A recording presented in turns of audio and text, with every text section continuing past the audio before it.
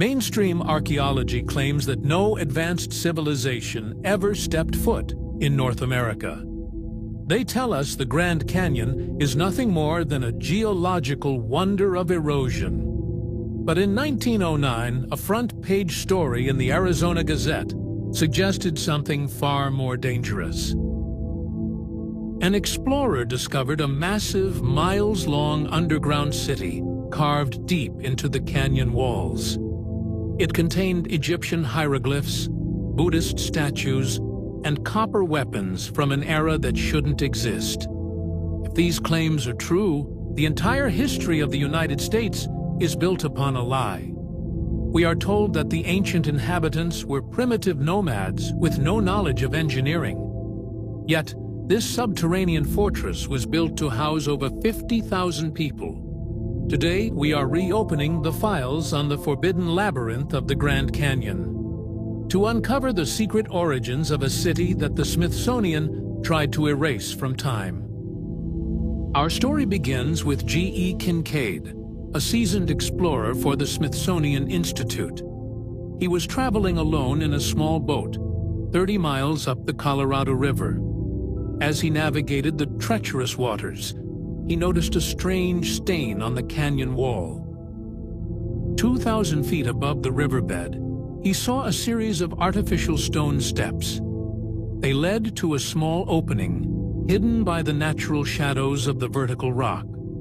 Kincaid climbed the dangerous cliff, expecting to find a simple cave used by nomads. Instead, he stepped into a gargantuan engineered tunnel that stretched into the dark. He described a main corridor nearly 40 feet wide, carved with mathematical precision. The air was stale, silent, and heavy with the weight of thousands of years. Kincaid wasn't looking at a natural cavern, he was looking at an archive of humanity. As he ventured deeper, his flashlight revealed a world that defied all historical logic. He found a massive central chamber shaped like a perfect circle, radiating with corridors. In the center sat a stone idol, resembling a seated figure with crossed legs. Its face and posture were unmistakably Asian, or perhaps Buddhist, in origin. The walls were covered in intricate hieroglyphics that appeared to be a hybrid of Egyptian and Sanskrit. But the most disturbing discovery lay in the side chambers, thousands of copper tools. This was hardened copper, as sharp as steel, arranged in armories that could supply an army. Every artifact suggested a culture that possessed advanced metallurgy and global travel. Kincaid sent his report to the Smithsonian, expecting a revolution in human history. What he received instead was a total, coordinated silencing of his discovery. The Smithsonian officially claimed that G.E. Kincaid was a fraud or a ghost. They stated that no records of his employment or his expedition ever existed. Yet, the Arizona Gazette reported that a second man was sent to assist him. Professor S.A. Jordan, a high-ranking archaeologist, arrived with a team of 30. They spent months hauling heavy equipment up the sheer cliffs in total secrecy. If this discovery was a hoax, why did the Smithsonian send a second team? Reports surfaced that Professor S.A. Jordan arrived with 30 men to secure the site. They didn't come to study the history. They came to remove it.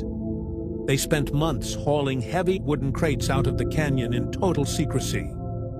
Professor Jordan reported finding a massive burial chamber filled with thousands of mummified remains. But these were not the ancestors of any known local indigenous tribes. Each mummy was wrapped in fine linen and stood over 9 feet tall. Their skin was preserved, and their hair was described as a deep metallic red. This was a race of giants, buried in the heart of the American desert.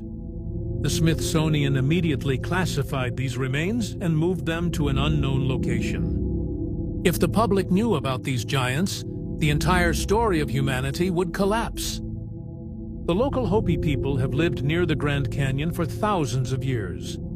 Their oral traditions speak of a time when they lived deep underground to survive a cataclysm. They called this place the Sipapu, the entrance to the Third World. The Hopi legends describe ant people who protected them from a global fire. They claim these subterranean tunnels still exist, winding like veins through the earth. Kincaid's description of the labyrinth matches the Hopi star maps and sacred geometry. The layout of the tunnels allegedly mirrors the constellation of Orion on the ground. This suggests a connection between the Grand Canyon, Egypt, and the stars themselves. An ancient global network of knowledge that we are no longer allowed to see. Mainstream science calls these stories myths to avoid explaining the physical evidence. The most chilling proof isn't in the history books. It is in the modern laws of the land. If there is nothing in the canyon, why is it protected by federal force? Researchers have identified the exact location where Kincaid's entrance was likely found.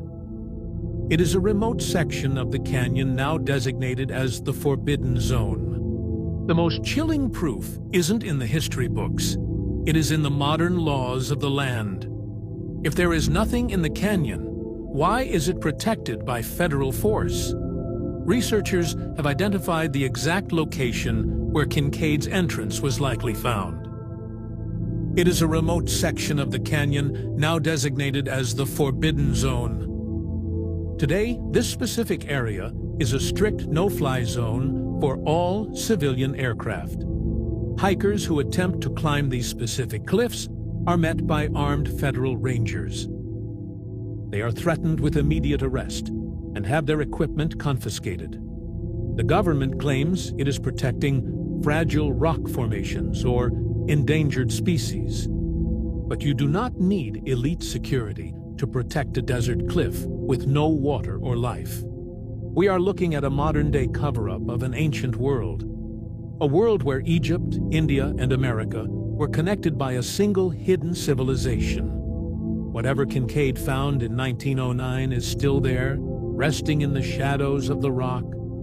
Are we looking at our forgotten past, or a secret they are saving for our future? Subscribe to Dark Era Docs for more forbidden history.